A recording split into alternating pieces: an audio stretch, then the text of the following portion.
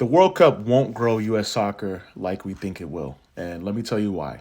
All right, this is a good touch, bad tackle, hot take. As you know, I'm a Mobi Kugo, former professional soccer player, turned talent strategist, corporate entrepreneur, whatever.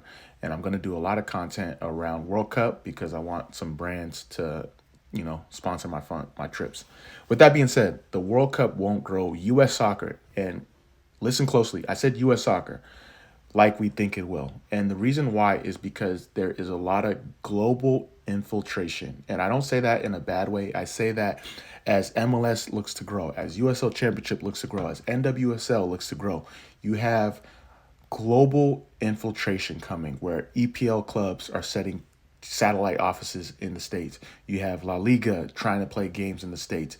You have Liga MX. You have all like Bundesliga, League One, or League however you want to pronounce it. Um,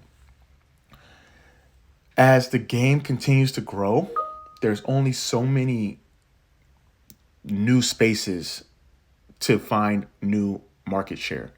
Like similar to how NFL is looking to expand internationally, you have these big clubs, the Real Madrids of the world, the Barcelonas, the Bayern Munichs, the Chelseas, even like I don't want to say mid level, but like Brentford, and you have a lot of different American owners that are buying clubs at a cheaper level than they would MLS and not infiltrating, but creating tentpole pillars in the states. So with the World Cup, I think that's you're just going to see that more. And as MLS and USL Championship and NWSL continues to try to grow and expand their market, they're competing with the global game because soccer is truly a global game. Another reason why is because there's really not a U.S. soccer star. And I'm not saying this to downplay, someone like Pulisic, someone like Weston McKinney, someone like, Timothy Weah or Tyler Adams. Those are all ballers. They're all ballers. Let me say that again.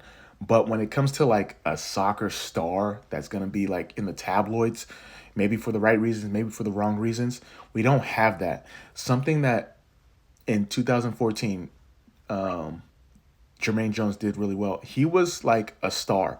He was in LA, after World Cup, you could see him like, he was doing a lot of stuff that would more or less kind of, he was in the in crowd. And you need that if you want to grow the game. Like, as bad as it is, we don't have that from the current U.S. soccer team.